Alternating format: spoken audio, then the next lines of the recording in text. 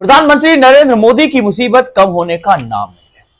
जब से वो तीसरी बार प्रधानमंत्री बने हैं तब से शायद उनकी जो सितारे हैं वो गर्दिश में चल रहे हैं। पहले तो सरकार पूर्ण बहुमत की नहीं, गठबंधन की सरकार, एनडीए की सरकार, जो मोदी की सरकार हुआ करती थी वो अब एनडीए की। और ऐसे में राहुल गांधी का इलेक्शन कमीशन पर बड़ा आरोप, वोट चोरी का। और इलेक्शन कमीशन समेत राहुल गांधी जिस तरीके से भारतीय जनता पार्टी या कहें मोदी पर वोट चोरी का आरोप, और ये नारा दे चुके हैं वोट चोर गद्दी छोड़। जी हां, वोट चोर गद्दी छोड़।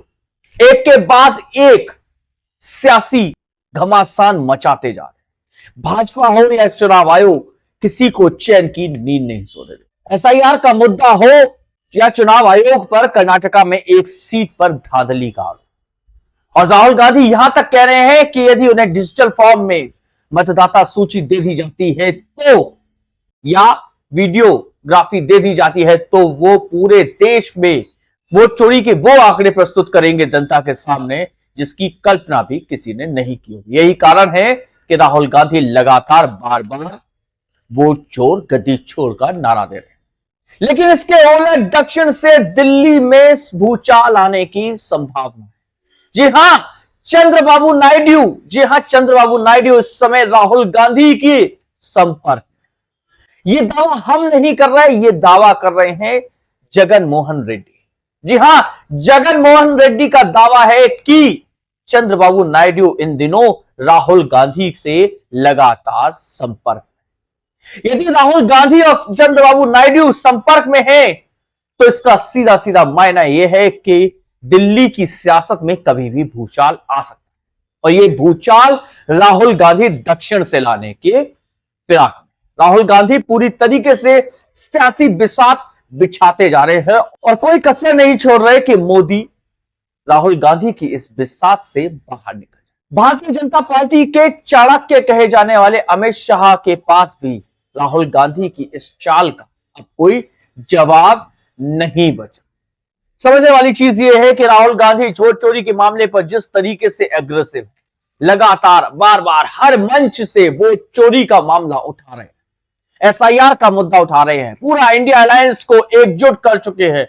जहां मीडिया लगातार ये दावे कर रही थी कि इंडिया अलायंस बिखर चुका है, एसआईआर के मुद्दे पर, वोट चोरी के मुद्दे पर पूरा इंडिया अलायंस एकजुट देखने को मिल रहा है। वहीं समझने वाली चीज ये है जगन मोहन रेड्डी का यह दावा कि चंद्रबाबू नायडू और राहुल गांधी इन दिनों बातचीत और लगातार सामंजस्य बढ़ता जा, और सूत्र बताते हैं इन दोनों के बीच में हॉटलाइन का काम तेलंगाना के मुख्यमंत्री रेवंत रेड्डी करते हैं। जी हां, रेवंत रेड्डी जो पहले टीडीपी के में हुआ करते थे, अब वो कांग्रेस में है और तेलंगाना के मुख्यमंत्री। वो नायडू और राहुल गांधी के बीच में हॉटलाइन का काम कर रहे हैं, एक ब्रिज बनाने की कोशिश कर रहे हैं। और यदि सूत्र ये भी कहते हैं कि यदि नायडू डगमगाए तो दिल्ली की सत्ता में भूचाल आ जाएगा, नरेंद्र मोदी की प्रधानमंत्री की कुर्सी एकाएक ढह जाएगी। 240 सांसद होने के बावजूद भारतीय जनता पार्टी की इस समय सरकार या प्रधानमंत्री नरेंद्र मोदी की कुर्सी चंद्रबाबू नायडू और नीतीश कुमार के कंधों पर है। चंद्रबाबू नायडू जहां 16 सांसद लेकर देश की सत्ता की बागडोर संभाले हुए हैं, या कहें प्रधानमंत्री पद की कुर्सी को संभाले हुए हैं, तो वहीं नीतीश कुमार भी 12 सांसदों से प्रधानमंत्री कुर्सी का एक पाया बने हुए हैं।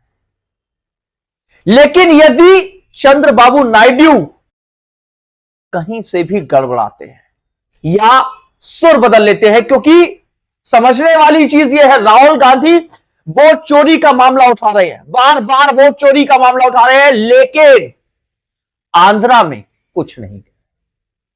जबकि समझने वाली चीज यह है लोकसभा चुनाव और आंध्र प्रदेश का चुनाव एक ही समय में, मतगणना के समय और मतदान के दिन के आंकड़ों में 12.5% का अंतर आया। जी हां, 12.5% का अंतर आंध्र प्रदेश में आया था, लेकिन राहुल गांधी टीडीपी के नेता चंद्रबाबू नायडू के खिलाफ अभी कुछ नहीं बोल रहे। वो अरविंद केजरीवाल के खिलाफ भी कुछ नहीं बोल रहे, जबकि अरविंद केजरीवाल अपनी सीट भी हार चुके। तो क्या राहुल गांधी इंडिया अलायंस, जो पूरा इंडिया अलायंस था, उसको एकजुट करने की तैयारी में है?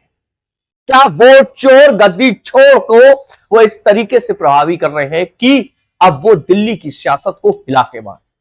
और ये बयान जगन मोहन रेड्डी ने ऐसे समय में दिया है जब आंध्र प्रदेश पुलिस ने 3500 करोड़ रुपए के शराब घोटाले में चार्जशीट दाखिल करी और इस चार्जशीट में उनका नाम भी शामिल है। तो समझने वाली चीज ये है कि क्या वो किसी द्वेष के तहत ये बात कह रहे हैं या वाकई में इन बातों में सच्चाई है? और यदि इन बातों में थोड़ी भी सच्चाई होती है तो दिल्ली में मोदी सरकार में भूचाल आना तो संभव है। नायडू हिले तो दिल्ली की सत्ता गई, यानी कि दक्षिण से दिल्ली में भूचाल लाने की तैयारी राहुल गांधी पूरी तरीके से कर चुके हैं। बहरहाल नायडू किस तरह बैठते हैं और राहुल गांधी क्या चंद्रबाबू नायडू को दिल्ली की सत्ता गिराने का मोहरा बना सकते हैं या इस्तेमाल कर सकते हैं, इस सब पर निगाह बनाकर रखेंगे। यदि आपने मेरे इस चैनल को लाइक नहीं किया तो लाइक कर दीजिए, सब्सक्राइब कर दीजिए, जिससे कि मैं गौरव यादव बेबाक अंदाज में आप तक ये खबरें पहुंचाता रहूं। नमस्कार।